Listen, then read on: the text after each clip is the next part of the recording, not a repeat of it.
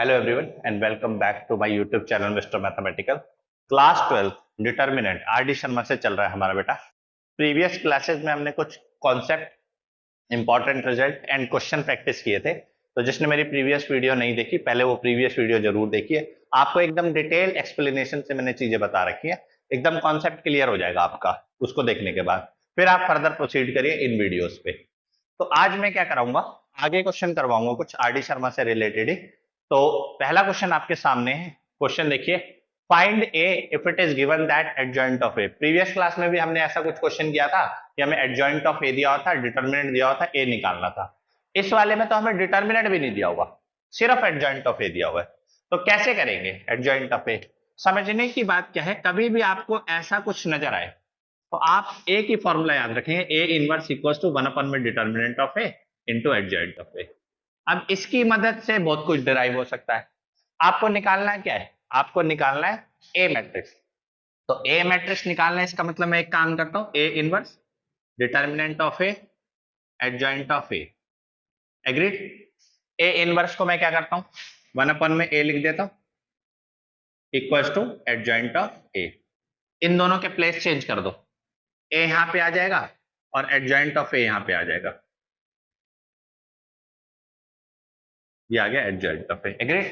इसको मैं ऐसे लिख सकता हूं, एडजॉइंट ऑफ ए का इनवर्स इनटू डिटरमिनेंट ऑफ ए, वो ए मैट्रिक्स है। यानी ये रिजल्ट मेरे को याद रखना है कि इस रिजल्ट से मेरा ए आ जाएगा। यानी अगर मैं ए का डिटरमिनेंट निकाल लूं और एडजॉइंट ऑफ ए का इनवर्स, देखो इसको निकालना तो मुश्किल नहीं है, ये तो बड़े आराम से निकल जाएगा। But what about determinant of A? Previous class में हमने देखा कि डिटरमिनेंट ऑफ ए दिया हुआ था, इसमें तो दिया ही नहीं हुआ। अब क्या करें?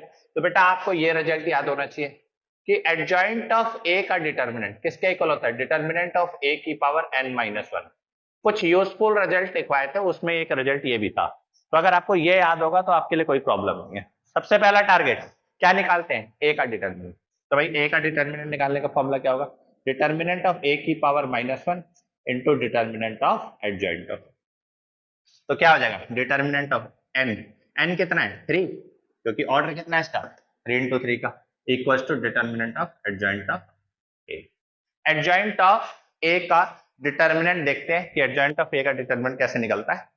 ये हो जाएगा डिटरमिनेंट ऑफ ए की पावर 2 इक्वल्स टू इसका एडजॉइंट, इस एडजॉइंट का डिटरमिनेंट निकालो, -1 this into this 0, minus minus plus, लेकिन माइनस आएगा, माइनस माइनस प्लस 2, इसको छोड़ा इसको छोड़ा, 3 1 3, माइनस माइनस प्लस, +1 माइनस का 12। तो ये बेटा मैंने आपको प्रीवियस वीडियो में समझा रखा है, आप वहां से जाके जरूर देखिए इसको। ये कितना आ गया 12, 3 3 6, 6 + 6 12, 3 + 3 6, 6 to the 12 -12, +12 -12 कट गए। तो आपके पास जो डिटरमिनेंट आया बच्चा, वो अंडर रूट आया और प्लस माइनस, और 12 का रूट क्या होता है 2√3। बोलो जी, ये तो हमारा निकल गया। बस यही तो प्रॉब्लम थी, इसको तो हम बड़े आराम से निकाल सकते हैं। इस मैट्रिक्स का इनवर्स निकालना है, निकालो इस मैट्रिक्स का इनवर्स। भाई आपके सामने मैट्रिक्स है, इसको बी मैट्रिक्स मान के चलो। सबसे पहले इसका डिटरमिनेंट, बोलो डिटरमिनेंट तो सारा हमने निकाल लिया, कितना आ रहा है इसका डिटरमिनेंट 12। तो आपको अगर इस मैट्रिक्स का इनवर्स निकालना है तो देखो क्या फॉर्मूला यूज होगा, इनवर्स ऑफ दिस मैट्रिक्स, इसको मैट्रिक्स मान के चलो, वो क्या होगा 1 में डिटरमिनेंट ऑफ दिस मैट्रिक्स, ठीक है, into adjoint of this matrix. और मैट्रिक्स कौन सा है, ये। एग्रीड? तो यानी कि डिटरमिनेंट तो हमने निकाल लिया, कितना आ रहा है 12, अभी तो निकाला बेटा, डिटरमिनेंट 12 आ रहा है, डिटरमिनेंट आ गया। अब क्या निकालना है, इसका कोफैक्टर्स निकालना है। तो कोफैक्टर के लिए वही a11 -1 की पावर 1 + 1 m11, रिजल्ट नेगेटिव आएगा पॉजिटिव आएगा, पॉजिटिव आएगा, m11। पहली रो छोड़ी पहला कॉलम छोड़ा, कितना आया, पहली रो छोड़ी, डायरेक्ट निकालते हैं, पहली रो छोड़ी पहला कॉलम छोड़ा, कितना आया 0, और ये कितना है -12। तो आंसर आ गया -12। a12 -1 की पावर 1 + 2 m12, पहली रो छोड़ी, ये नेगेटिव रिजल्ट आएगा, यानी जो भी आंसर आएगा उसमें नेगेटिव साइन मल्टीप्लाई कर देना। पहली रो छोड़ी दूसरा कॉलम, 3 + 3 6, 6 आया, माइनस मल्टीप्लाई कर दिया क्योंकि नेगेटिव रिजल्ट है। a13 -1 की पावर 1 + 3 m13, पहली रो छोड़ी, तीसरा कॉलम छोड़ा, माइनस का 12, माइनस का 12, रिजल्ट विल बी माइनस का 12, साइन चेंज नहीं होगा। एग्रीड। नेक्स्ट निकालते हैं a21 -1 की power 2 + 1 m21, result will be negative, जो भी आएगा उसमें negative multiply. Second row first column, -2 + 4 कितना हो गया, प्लस का 2, लेकिन साइन क्या हो जाएगा, ठीक है, चेक कर लेते हैं, हाँ बिल्कुल सही है। चलिए a22 second row second column, -1 की पावर 2 + 2 m22, सेकंड रो छोड़ी सेकंड कॉलम, -1 -1 -2 आएगा। a23 second row third column, m23 second row छोड़ी थर्ड कॉलम छोड़ा, माइनस माइनस, प्लस का 4 और प्लस का 2, प्लस का 4 प्लस का 2 कितना हो गया, प्लस का 6, और रिजल्ट आएगा नेगेटिव। भाई नेगेटिव है ना, क्योंकि 2 + 3 5 होता है और नेगेटिव आएगी पावर। नेक्स्ट, ठीक है, a21 आ गया, a22 आ गया, a23 आ गया। अब क्या निकालेंगे, a31 -1 की पावर 3 + 1 m31, तीसरी रो छोड़ी पहला कॉलम छोड़ा, ये हो गया 6, 6 प्लस का आएगा माइनस का आएगा, प्लस का 6 आएगा, क्योंकि इवन पावर है, पावर का सम इवन है। 3 + 2 m32, थर्ड रो छोड़ी सेकंड कॉलम छोड़ा, ये हो गया 3 - 3 0 आ गया, तो 3 - 3 0 आ गया। Next last a33 m33, third row छोड़ी थर्ड कॉलम छोड़ा, ये 0 और ये प्लस का 6, लेकिन हाँ रिजल्ट भी प्लस का 6 आएगा क्योंकि इवन। ये आपके पास आगे कोफैक्टर, ठीक है। अब आपको क्या निकालना है, एडजॉइंट निकालना है, ठीक है। किसका, एडजॉइंट ऑफ ए, क्या होगा बेटा, वो ट्रांसपोज हो जाएगा कोफैक्टर का, यानी -12 यहाँ पे आएगा, -6 यहाँ पे आएगा, -12 यहाँ पे आएगा, -2 -2 -6 6 0 6, एग्रीड। अब आपको क्या निकालना है, ये रहा फॉर्मूला, ये एडजॉइंट ऑफ ए इनवर्स, ठीक है, एडजॉइंट ऑफ ए इनवर्स निकालने का, क्योंकि देखो एडजॉइंट ऑफ ए इनवर्स को डिटरमिनेंट ए से मल्टीप्लाई कर दूंगा तो मेरा ए आएगा। तो क्या करते हैं, सिंपल सी बात, मैं एक काम करता हूं, ये पूरा का पूरा फॉर्मूला इस इक्वेशन में लगा देता हूं, ए मैट्रिक्स निकालने के लिए। ए मैट्रिक्स निकालने के लिए एडजॉइंट ऑफ ए इनवर्स की जगह 1/, में adjoint of A into adjoint of A, ठीक है, इनटू डिटर्मिनेंट ऑफ ए। बोलो, ये हमने निकाल लिया, ये हमने निकाल लिया, ये हमने निकाल लिया, पुट कर दो। डिटर्मिनेंट ऑफ ए कितना है, ±2√3, एडजॉइंट ऑफ ए कितना है 12, एडजॉइंट ऑफ ए कितना है, -12 -2 6, -6 -2 0, -12 -6 6, कुछ कट रहा है 2 4 था, ठीक है। अब डिवाइड कर दो, मतलब डिवाइड कर दो या फिर ऐसे ही लिख दो, ±√3/4, तो ये आपका फाइनल आंसर होगा -12। 2 कॉमन लेना चाहो तो ले सकते हो, पूरे में से 2 कॉमन आ सकता है, -6 -1 3 -3 -1 0 -6 -3 और 3, 2 कॉमन आ गया, 2 नीचे से कट गया, तो इसका मतलब आपकी ए मैट्रिक्स जो बन के आई है वो ये बन के ±√3/2, ठीक है, एक मैट्रिक्स क्लियर हो गया। लॉजिक समझ आया, चलिए नोट कर लीजिए।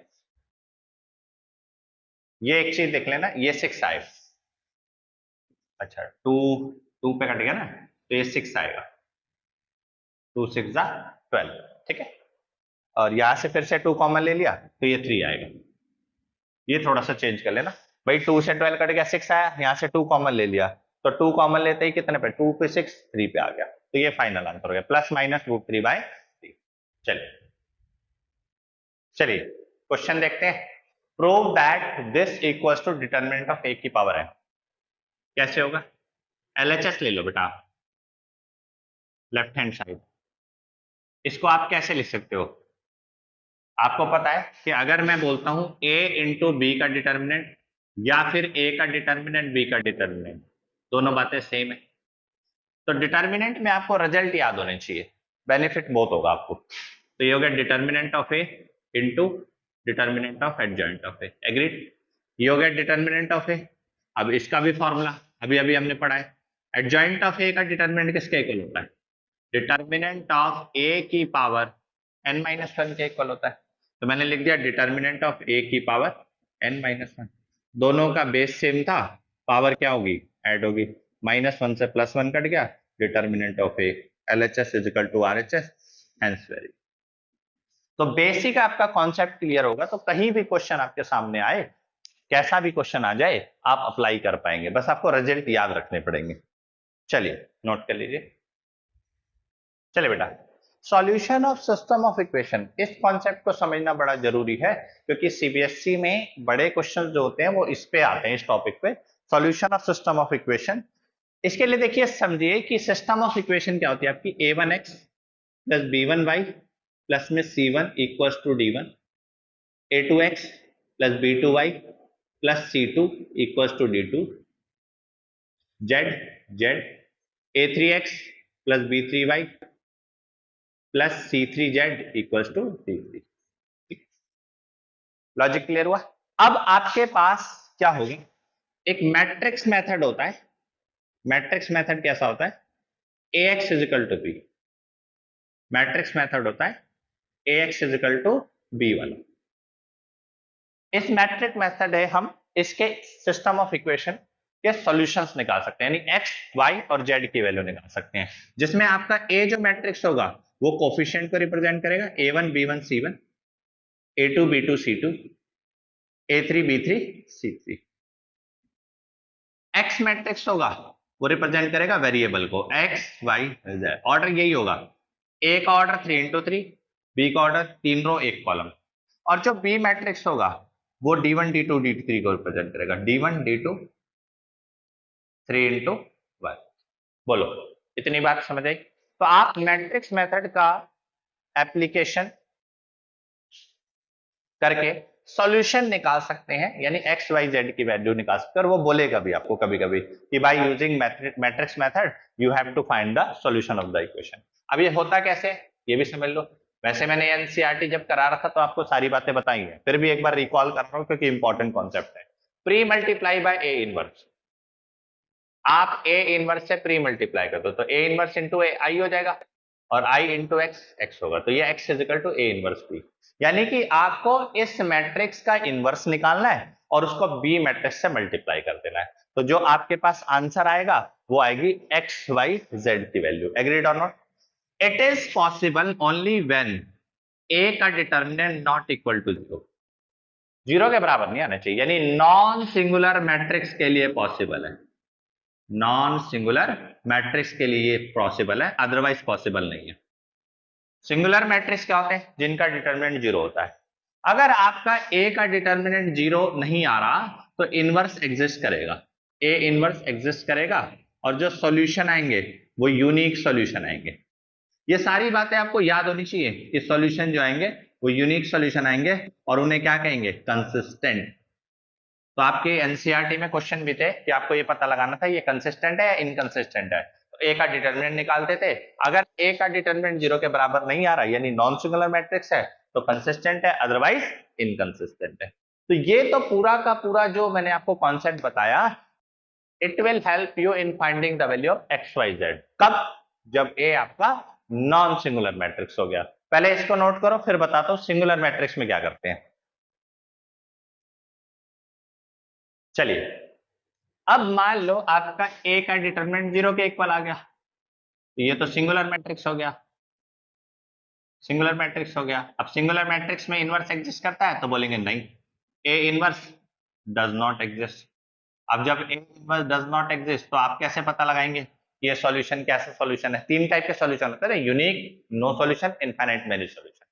तो अगर ऐसा कुछ आ जाए तो आपको क्या करना है, एडजॉइंट ऑफ ए को निकालना है और उसको बी मैट्रिक्स से मल्टीप्लाई कर देना है। ठीक है, एडजॉइंट ऑफ ए को निकालना है और इसको बी मैट्रिक्स से मल्टीप्लाई कर देना है। इसमें भी आपके पास दो केस आएंगे, या तो वो 0 के इक्वल होगा या वो 0 के इक्वल नहीं होगा। अगर 0 के इक्वल नहीं होगा तो आप बोल दोगे इनकंसिस्टेंट, नो सॉल्यूशन। और अगर 0 होगा तो ये भी इनकंसिस्टेंट का केस होता है, consistent but dependent, 10th class में भी हमने ये पढ़ा था। तो ये भी इनकंसिस्टेंट का केस होता है, लेकिन इसमें जो सॉल्यूशन आते हैं वो सॉल्यूशन आते हैं infinite many solution, infinite many solution. ये बात आपको याद रखनी है, इनफाइनाइट मैनी सॉल्यूशन। तो how will you come to know about that कि अगर इनवर्स एग्जिस्ट नहीं कर रहा तो आपको कैसे पता चलेगा नो सॉल्यूशन है, इनफाइनाइट मैनी सॉल्यूशन है। अगर adjoint of A into B 0 के इक्वल नहीं आ रहा तो वो इनकंसिस्टेंट है, नो सॉल्यूशन का केस हो गया, नो सॉल्यूशन का केस हो गया।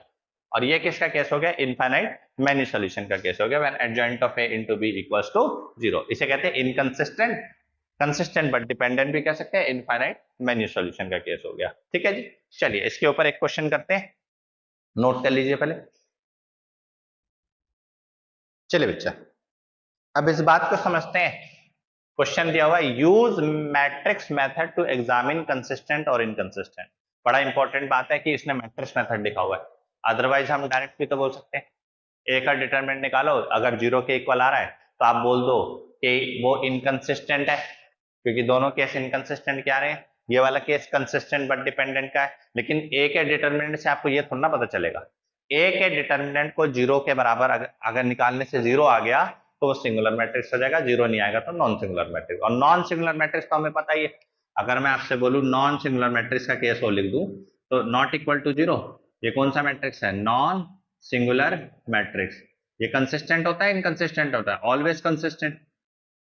इसको हम एनसीईआरटी में हमने क्वेश्चन करे थे, तब वहां पे कुछ मैट्रिक्स मेथड हम ना लिखा हुआ था, उसने लिखा हुआ था चेक करना है कंसिस्टेंट है या इनकंसिस्टेंट है।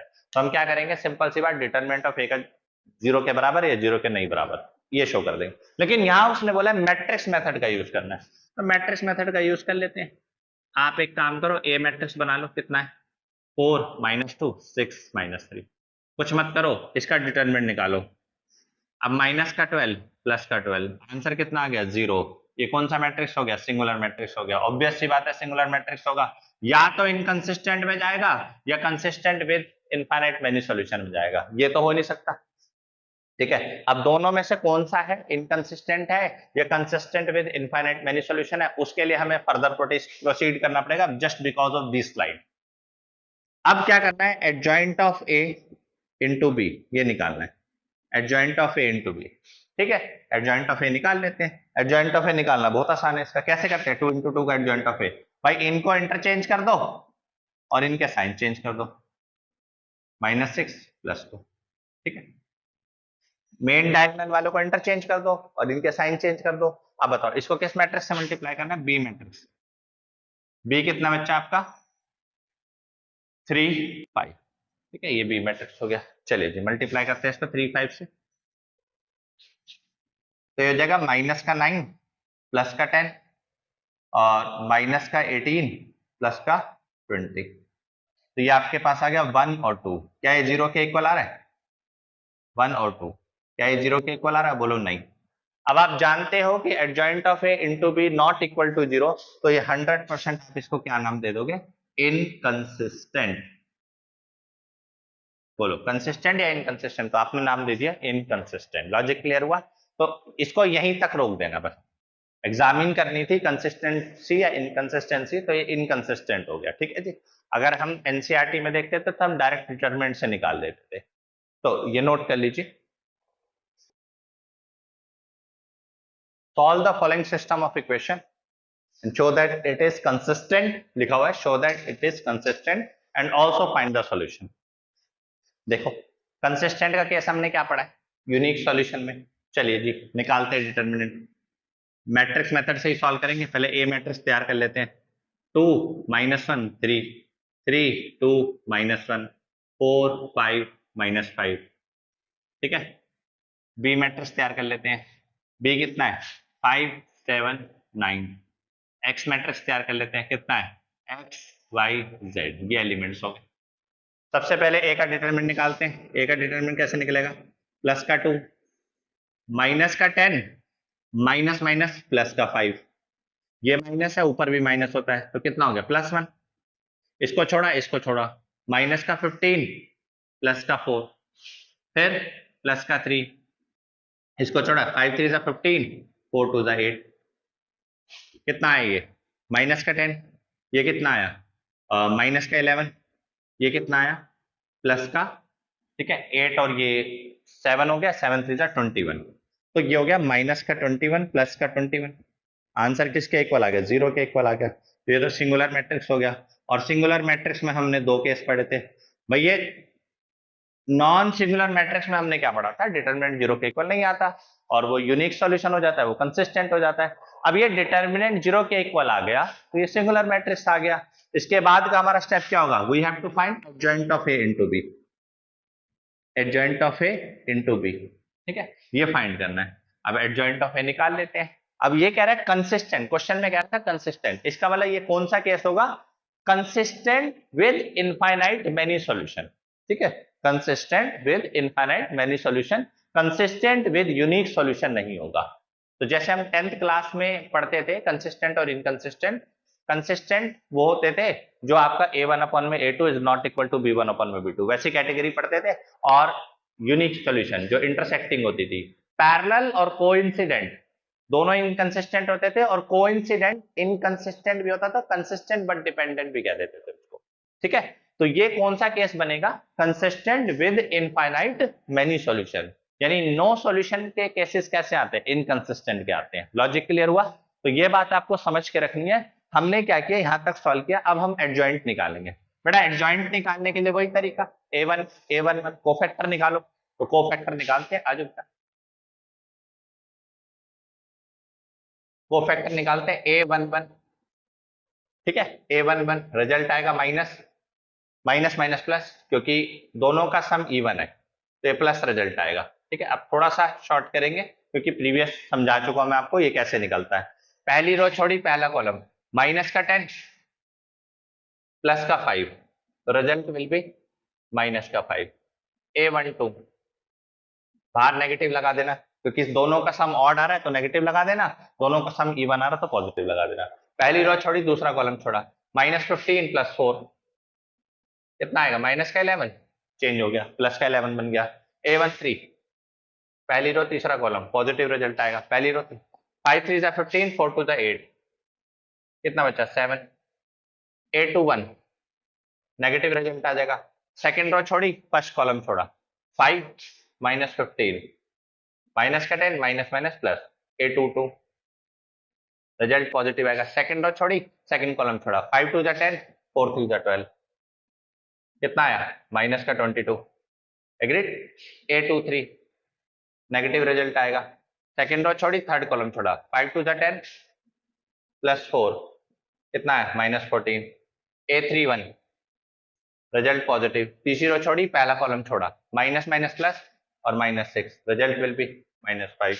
a32 पॉजिटिव आएगा नेगेटिव आएगा, तो आप बोलोगे नेगेटिव आएगा। थर्ड रो छोड़ी सेकंड कॉलम छोड़ा, -2 -9 3 3 9 माइनस का 11 माइनस माइनस प्लस का 11, a33 रिजल्ट पॉजिटिव आएगा। तीसरी रो छोड़ी तीसरा कॉलम छोड़ा, 2 2 4 + 3 4 + 3 कितना आ गया 7। तो ये बेटा आपके पास कोफैक्टर निकल के आ गए, आपका एडजॉइंट ऑफ ए आ गया। Adjoint of A into B निकालना है आपको। Adjoint of A into B का मतलब एडजॉइंट ऑफ ए यही होगा, बिल्कुल सेम पैटर्न में, -5, ठीक है, -5। अब a12 यहां आना चाहिए लेकिन ट्रांसपोज करके लिखते हैं, -5 11 7 10 22 वो भी माइनस का, -14 -5 11 7। इसको किससे मल्टीप्लाई करना है, बी मैट्रिक्स से। बी मैट्रिक्स कितना बच्चा आपका 5 7, ठीक है। अब इसकी क्या करेंगे हम, मल्टीप्लीकेशन करेंगे 5 7 9 से। तो स्टार्ट करते हैं multiplication, 25 + 70 - 45, 55 - 7 to the 14 7 to the 154 + 99, 35 - 20 98 + 63, ठीक है। 70 - 45 और 5 50 और 70 70 - 70 70, ये कितना हो गया 144, 154 - 154 ये कितना हो गया 98 - 98। इसका मतलब आंसर आ रहा है 0 0 0। अब देख adjoint of A into B का प्रोडक्ट करने पर आंसर 0 आ रहा है, तो ये केस कौन सा था, याद करके देखो, ये केस था consistent with infinite many solution, जिसको आप इनकंसिस्टेंट कह देते हैं, consistent with infinite many solution, consistent with infinite many solution. तो इनफाइनाइट मेनी सॉल्यूशन कंसिस्टेंट की कैटेगरी है,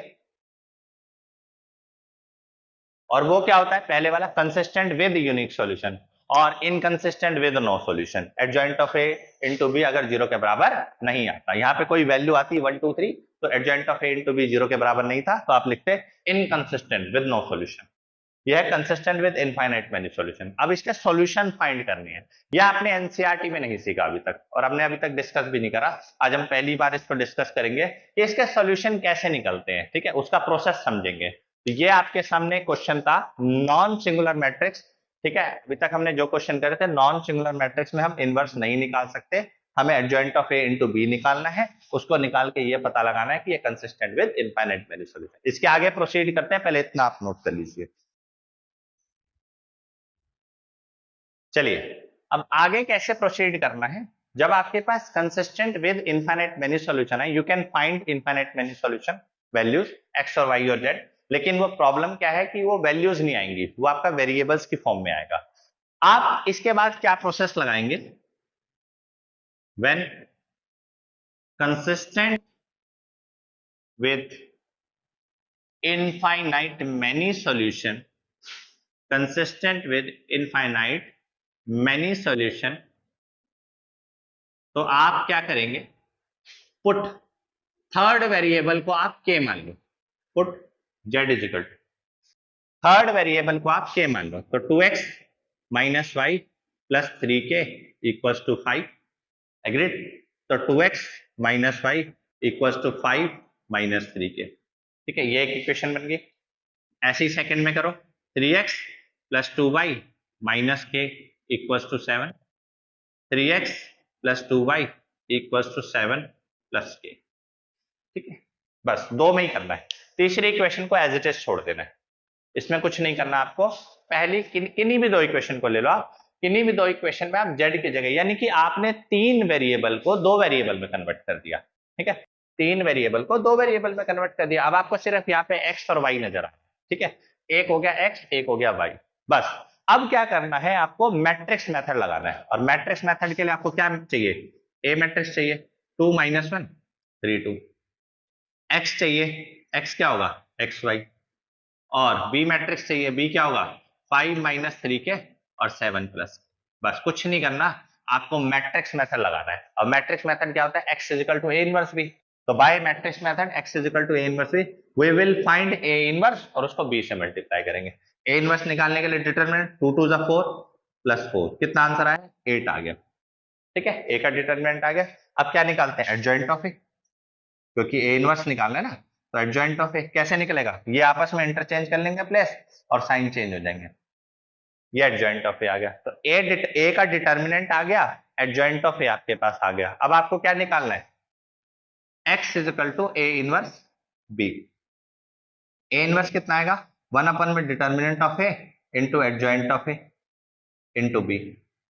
डिटरमिनेंट ऑफ ए कितना आ रहा है बच्चा आपका 1/8, एडजॉइंट ऑफ ए कितना आ रहा है 2 1 माइनस 3 2, और बी कितना आ रहा है बच्चा आपके पास 5 माइनस 3 के 7 प्लस के। बोलो यहां तक बात समझ आई, बस अब कुछ नहीं करना, सिंपल आपको मल्टीप्लीकेशन कर देंगे। मल्टीप्लीकेशन करी तो ये आपके पास आया 1/8, ठीक है, 5 माइनस 3 को 2 से मल्टीप्लाई किया तो ये हो जाएगा 10 माइनस 6 के प्लस 7 प्लस के, फिर नीचे माइनस का 15 माइनस माइनस प्लस 9 के प्लस का 14 प्लस 2 के, 1/8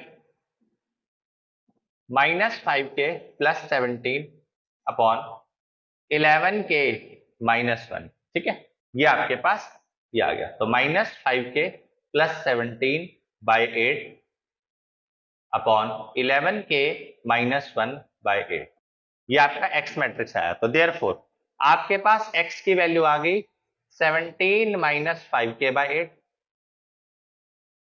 y की वैल्यू आ गई 11k माइनस 1/8 और z की वैल्यू आ गई k। तो this is the value of X Y Z, k की डिफरेंट डिफरेंट वैल्यू के लिए एक्स वाई जेड की डिफरेंट डिफरेंट वैल्यूज आएंगी और that is known as the infinite many solution. तो यह आपने सीखा इनफाइनाइट मैनी सॉल्यूशन, थोड़ा सा नॉलेजेबल बना रहा हूं चीजों को। एग्जाम्स में जनरली आपका यूनिक सॉल्यूशन पे ही क्वेश्चन आ जाता है, लेकिन फिर भी आपको पता होना चाहिए कि इनफाइनाइट मैनी सॉल्यूशन के केस में हम कैसे करते हैं, ठीक है। चलिए नोट कर लीजिए, चलिए थोड़ा सा हट के एक बात करते हैं। आपने जनरली इक्वेशन देखी होंगी, सिस्टम ऑफ इक्वेशन। मैं 2x2 मैट्रिक्स की बात ही कर लेता हूँ। a1x प्लस में b1y प्लस में c1z, या फिर a1x प्लस में b1y equals to d1, a2x plus b2y equals to d2। ठीक है, ये मैंने मान लिया, मतलब यानी इसमें मेरा 2x2 का मैट्रिक्स है। a1 b1 a2 b2 x y की वैल्यू निकलेगी d1 d2। अब आपको पता है ये सिस्टम ऑफ इक्वेशन है 2x2 मैट्रिक्स के लिए। तो अगर मैं इसमें एक बात बोलूं कि ये सिस्टम ऑफ इक्वेशन दो पार्ट में डिवाइड होती है। पहला नॉन होमोजीनियस, जो अभी तक हम डिस्कस करते आ रहे थे। नॉन होमोजीनियस क्या होता है? d1 और d2, d1 और d2 कभी जीरो के इक्वल नहीं आते, ये जीरो के इक्वल नहीं होते। d1 d2 non zero value होती है। आप देखोगे यहाँ पे कुछ ना कुछ वैल्यू दिख रही थी, 1 2 3 5 7 12 कुछ भी दिखेगा, लेकिन वैल्यू दिखेगी, वो नॉन होमोजीनियस होते हैं। होमोजीनियस क्या होता है? जिसमें d1 d2 जीरो होता है, तो ये होमोजीनियस सिस्टम है। अभी तक जो हमने समझा था वो नॉन होमोजीनियस को समझा था। इसमें मैंने सारी बातें आपको बता दी, यूनिक इनफाइनाइट मैनी सॉल्यूशन निकालने भी सिखा दिए, यूनिक सॉल्यूशन निकालने भी सिखा दिए।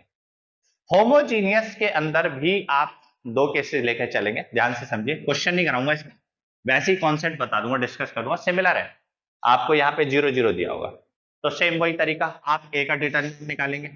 उसमें भी तो यही करते थे, इसमें भी यही करना है। उसमें ए का डिटरमिनेंट 0 के इक्वल नहीं आएगा, तो आप आगे कंप्लीट करेंगे, आपको पता चल गया कि कंसिस्टेंट है विद यूनिक सॉल्यूशन। लेकिन अगर इसमें ए का डिटरमिनेंट 0 के इक्वल नहीं आया, अगर ए का डिटरमिनेंट 0 के इक्वल नहीं आया, ऐसे सॉल्यूशन को कहते हैं ट्राइवियल सॉल्यूशन। क्या होते हैं ट्राइवियल सॉल्यूशन? जिनमें x और y की वैल्यू 0 हो जाएगी, x भी 0 y भी 0, x y z होगा तो x भी 0 y भी 0 z भी 0।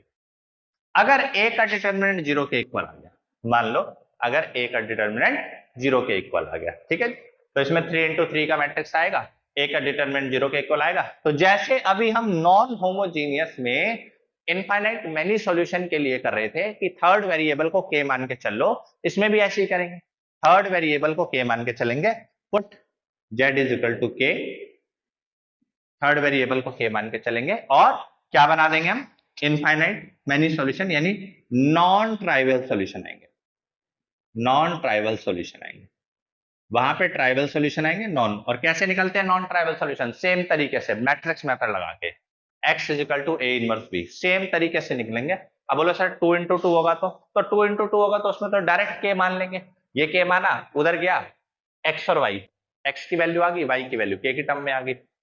3x3 के लिए z को k मान लेंगे। तो ये होमोजीनियस के लिए होता है trivial solution, non trivial solution. Trivial solution में x और y की वैल्यू क्या आएगी? 0। नॉन ट्राइवल सॉल्यूशन में x और y की वैल्यू क्या आएगी? k के ऊपर डिपेंडेंट होगी, क्योंकि z आपने k माना है। एग्रीड और नॉट? और अगर 2x2 है तो y को आप k मान लोगे, x और y की वैल्यू क्या आएगी? k के टर्म्स में आएगी। तो ये भी आपको थोड़ी नॉलेज होनी चाहिए। इसके ऊपर क्वेश्चन आप कर सकते हैं, जो अभी प्रीवियस किया था उसी के जैसा क्वेश्चन हो सकता है, बस वहां पे d1 d2 d3 0 आएंगे। चलिए, तो ये कॉन्सेप्ट आप नोट कर लीजिए। चलिए बच्चा, इस पार्ट में इतना ही।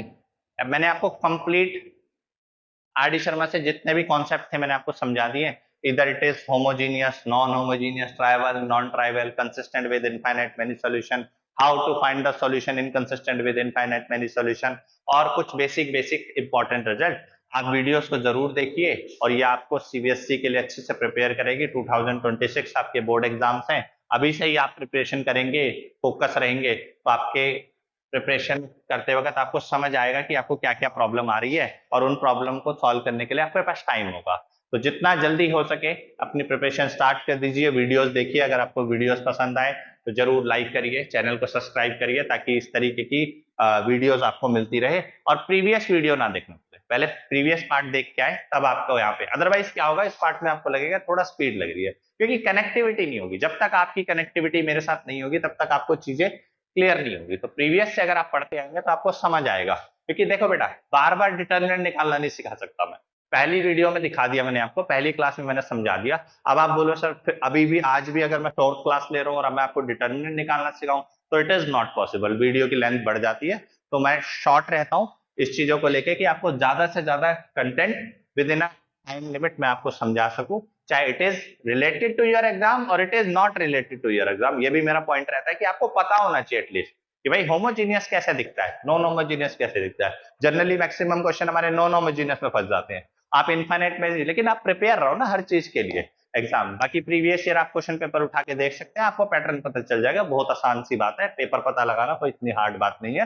कॉन्सेप्ट पे काम करिए जितना, मेरा मेन टारगेट ये है कि आपका कॉन्सेप्ट स्ट्रांग हो जाए। चलिए बच्चा, इस पार्ट में इतना ही, ओवर एंड आउट। मिलते हैं अगले क्लास में, पढ़ते रहिए तब तक के लिए। चलिए बाय बाय।